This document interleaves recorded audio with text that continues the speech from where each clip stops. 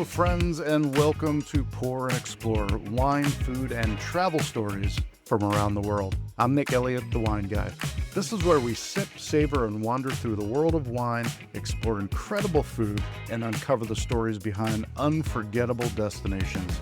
Each week, you'll hear engaging conversations with wine pros, chefs, travelers, and fellow enthusiasts, plus educational episodes to help you sip smarter and explore deeper. So, grab a glass, pull up a chair, and let's pour, explore, and celebrate the good life. Let's dive in. Hello, everyone, and thanks for tuning in today. It's so awesome that you are joining me. I really, really appreciate it. Today's episode is let's call it a table manners field guide. We're touring around the world to see what dining rituals tell us about a culture's history, its values, and its hospitality. Because let's be honest, nothing says I'm a tourist faster than breaking an unwritten rule at the dinner table. Stick around this episode because I'm going to tell you why slurping your soup is actually a massive compliment in some places, and why something as simple as where you put your bread could make you look like a total amateur. Appreciate you being here today. Thanks so much, and let's dive in. Let's start in Asia. Dining is as much about respect and ritual as it is about the meal itself. And we're going to start in Japan. And in Japan, there is a big one. In that country, it is very taboo to leave your chopsticks sticking upright in your rice or your noodles. I know it sounds different, but it is definitely going to be taken as dishonor, something like that. It's just a no-no, and it is part of their culture. And the reason behind it is it resembles the funeral rites, and it is a major no-no. You definitely do not want to do that. On the other hand, what you want to do if you're not actively eating with your chopsticks, you're just simply going to take them and place them to the side. There is typically a chopstick rest that is provided to you in most restaurants. What I do, especially here in the States, where they don't offer chopstick rest a lot, I will take the paper from the bamboo chopsticks that are provided, and I'll kind of fold it up a little bit, and I will create my own little chopstick rest.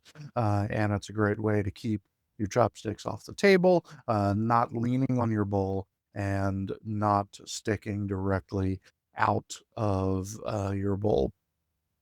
You know, one of the other things that is part of the culture in Japan, something I mentioned just a minute ago at the top of the show, is slurping your soup or those noodles. Slurping is thought of as a huge compliment in Japan. And basically, it shows that you are enjoying your meal. And of course, what chef, what staff, what host isn't going to want to know that you are enjoying your meal? And beyond saying this is a delicious meal, of course, slurping is definitely smiled upon in that culture. That loud slurping can actually also cool hot broth as it hits your palate, and amplifying the flavors of the soup or the liquid that you're pulling in. If you're eating ramen, udon, things like that, definitely give it a slurp, but do not let your chopsticks stick out. I think that's a good rule of thumb kind of across the board. Anyway, let's change countries just a little bit and talk about China. In China, it's all about the group. You want to serve others before you serve yourself. And if you leave a little bit of food on your plate, it's often a signal to your host that you are full and satisfied. Again, thinking about the people who are providing the food, making sure that they understand that you are happy with your meal. So don't feel like when you're in China or at a Chinese restaurant here in the States or even abroad that you need to overstuff yourself for politeness sake. Speaking to my fellow Americans, it's something that's kind of ingrained in our culture, clearing your plate, make sure you eat everything on your plate, et cetera, et cetera. So it kind of goes against that philosophy that we have in our culture.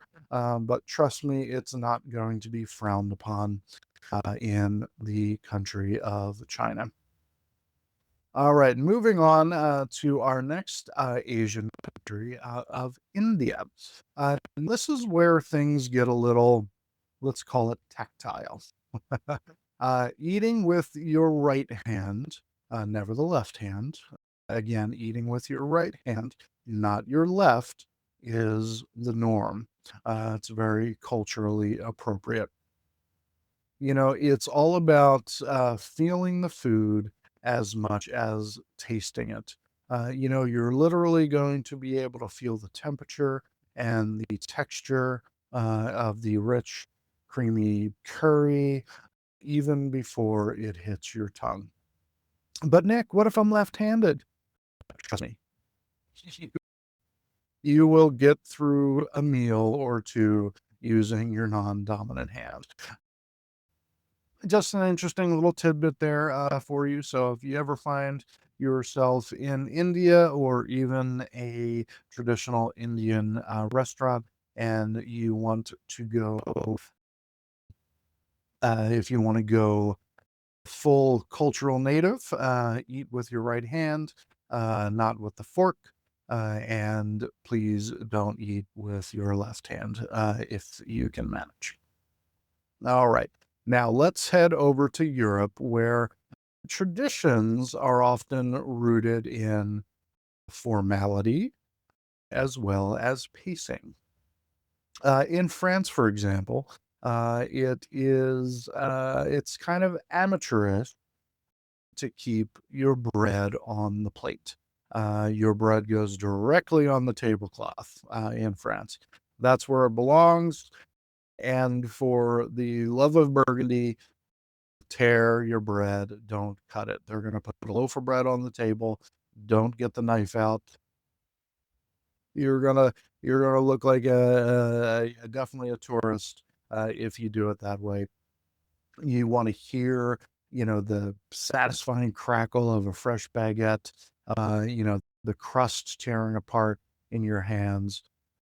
And most importantly, in France, don't rush. Don't rush. And this goes for a lot of European countries. Meals are meant to be enjoyed. They're meant to be enjoyed with your friends and your family, loved ones, acquaintances. They're meant to be savored. So don't rush. Meals are meant to stretch out 2 hours, 3 hours, even sometimes 4 hours. So, if you feel you're just lingering a little bit, don't feel weird about it. It's meant to be that way. So some interesting, fun little points about our beautiful France right there. And then moving over to Italy, a couple of interesting little notes for you when you go to Italy. Number one is there is a clock on your coffee in Italy. Cappuccino is only for the morning. Don't order a cappuccino after dinner. You are definitely going to get some serious side eye if you do that. And the reason behind that is, in the Italian culture, it's believed heavy milk disrupts digestion after a large meal. So think about, just having a nice sip of espresso, even decaf espresso will do, but something that's meant more as a digestif, if you will. If you're not going to have an actual digestif, something like know, amaro in Italy, is meant for that to be enjoyed after dinner to kind of help settle your stomach and help with digestion. So, I'm not saying don't do it, but again, you're going to get some interesting eye if you order a latte after your beautiful steak dinner in Italy. And also something to think about culturally and kind of etiquette wise in Italy. Ditch that spoon for your pasta. It's not something they do. That's another kind of American thing that we've picked up that is not an Italian thing. You want to twirl your stringy pasta, your spaghettis and your linguinis and your fettuccinis. You want to twirl those with your fork only and leave the spoon on the side. All right. The neighbor across the pond, the UK, it is all about the continental style in Britain, in England. So that means the fork is on the left and the knife is on the right, tines down on the fork. And even fish and chips, the world famous British fish and chips has its own level of ritual. The arguably the most crucial part of the ritual is the application of salt as well as malt vinegar to your fish and to your chips in large part as well. You always want to add the vinegar first, so you don't wash the salt off of the fish. So you add the vinegar, just a little splash of vinegar, kind of around your plate, add a dash of salt, and that is going to make the beautiful, uh, the sharp, tangy malt vinegar soaking into the hot, crispy batter and then adding the salt afterwards kind of locks it all in. You think about it that way. So again, culturally speaking, this is kind of the way it's done. The as the saying goes, when in Rome, or in this case, when in London or one in Manchester, do as the British do. And sprinkle that vinegar first, everybody, and then add a pinch of salt for the ultimate flavor on your fish and chips. Highly recommended. All right, we're going to move around a little bit. And we're going to move into the Middle East and Africa, where it's all about abundance and generosity.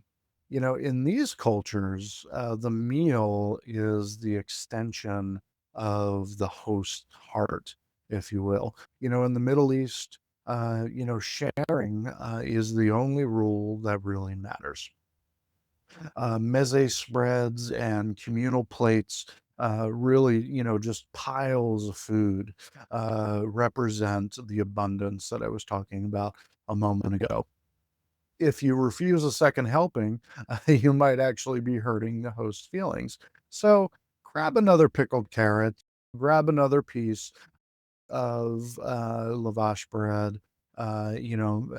Make it make your host feel good about themselves, and then you will in turn feel good about yourself.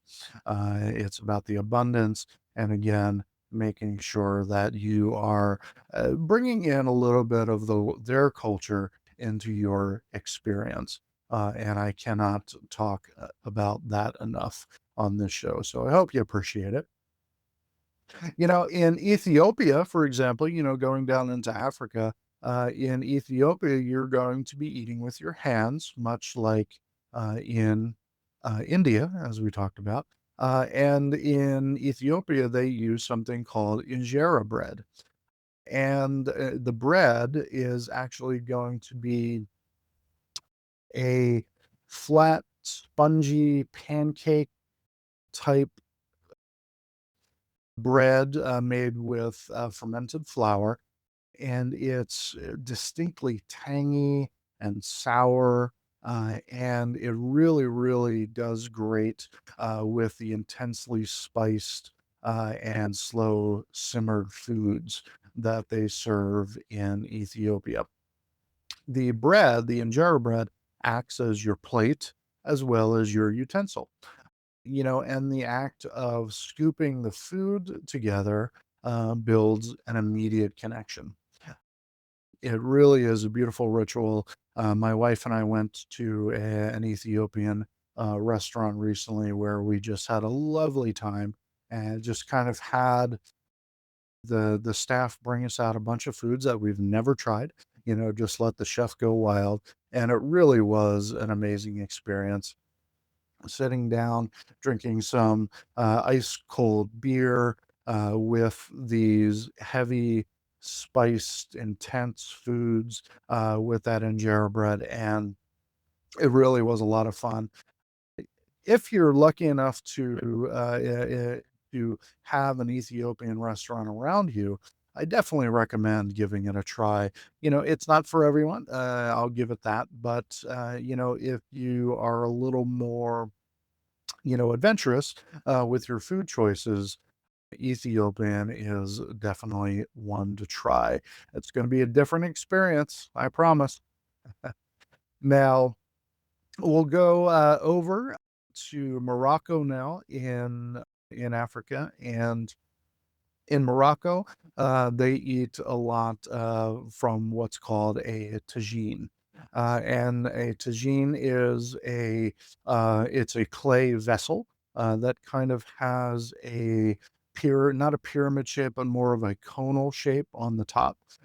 And the food is actually going to be baked in the tagine, and inside you're going to find things like rice and protein, a lot of the time chicken or lamb, and beautiful vegetables. And Moroccan food also incorporates a lot of sweet things into their savory dishes, like raisins, for example. And basically, when you're eating from a tagine, it's going to be brought out and it's kind of family style, if you will. So the culture, the etiquette for eating out of a tagine is to stick to your fraction of the dish. So imagine if there are four of you at the table. You've got a round dish with all of the food in it, and you've got a little plate in front of you on which to put your food. You want to stick to your fraction of the dish. That's kind of that's the etiquette when it comes to eating out of a tagine. And basically, you're just going to take from your little slice of that pie, if you will. You are going to, again, use your right hand. It's very traditional to use your right hand, and you're going to use your bread as a scoop. And again, going against the norm is overreaching. Don't overreach to someone else's side of the tagine there. It is definitely considered rude, especially if you're eating with non-friends or family. That is definitely a no-no. All right, moving on to the Americas. In Americas, we call ourselves the melting pot. So, obviously we have mixed a ton of different traditions together. And here in our neck of the woods, things are a little bit more relaxed, but we still have our little quirks. In the US, we're pretty chill. We have that no elbows on the table rule. Of course, that's something that, was ingrained in me as a child. And growing up, married to a woman from the South, that was very, very much frowned upon. So no elbows on the table is probably one of our biggest rules, one of maybe our only rules, when it comes to eating in the US. And interestingly enough, this rule or this etiquette actually goes back to medieval feasts.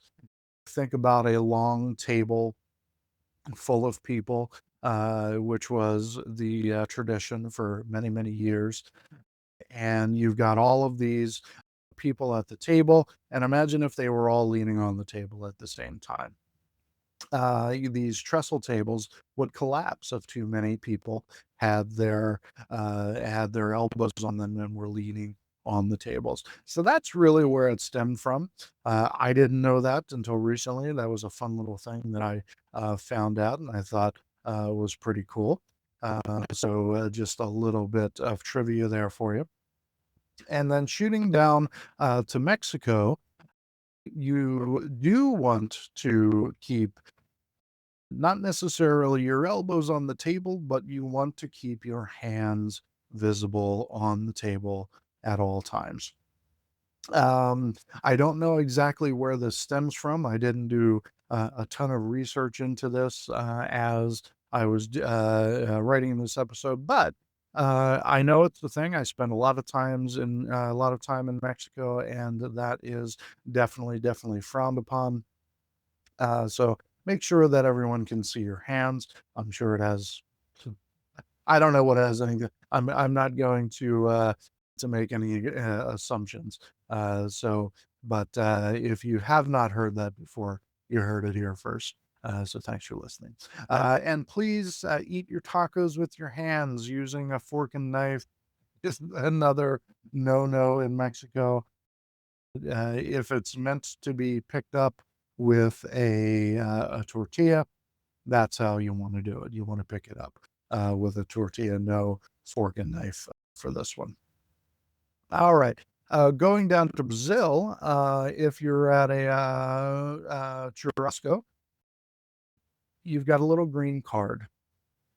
Green Brazilian steakhouse is what we're talking about. You get a little green card. The little green card means keep the meat coming. And on the flip side of the green card is the red side, which means that you're going to take a break, you need a breather, or that you're done. A Brazilian steakhouse is an endlessly flowing parade of sizzling, salt crusted meats carved right off the skewer in front of your plate. But if you don't put your card out, they don't know when to stop. So they're going to keep coming at you with swords full of meat, asking you if you want more. So it's definitely etiquette if you're going to stop or you want to take a break, just put out your card to let them know. My card is usually out for a while. I love Brazilian steakhouses. It is one of my favorite places to be. So the green side is my go-to side, if you will. All right. Well, everybody, at the end of the day, these rules aren't about being fancy. In some cultures, it's about the respect.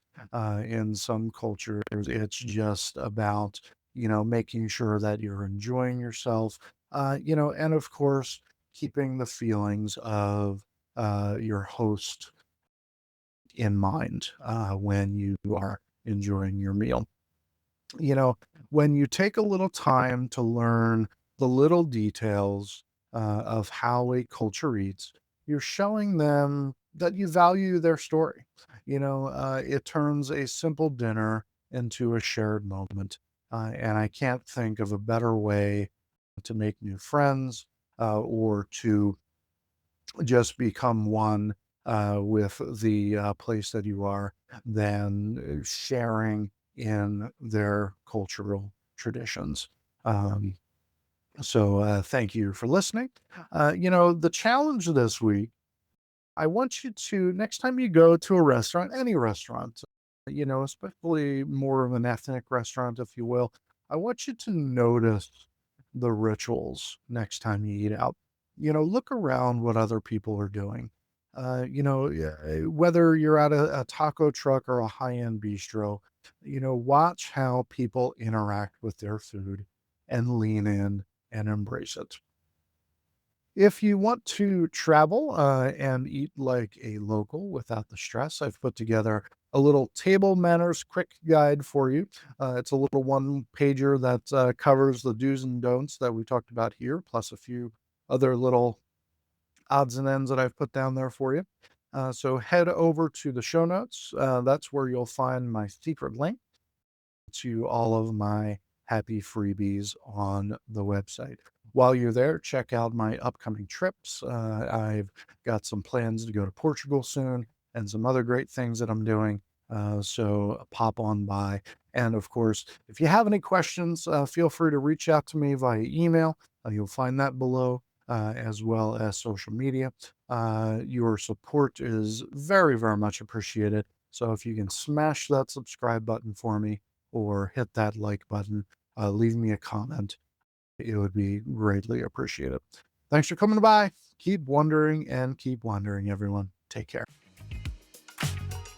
Thanks so much for tuning in to this episode of Pour and Explore. I'd love to hear your thoughts. Love to hear your stories or questions. Drop me a message at cheers@thewineguy.vin. That's cheers@thewineguy.vin. Or let's connect on TikTok, Instagram, or Facebook. Grab those links at thewineguy.vin. Until next time, let's keep wondering and wandering. Cheers, everybody.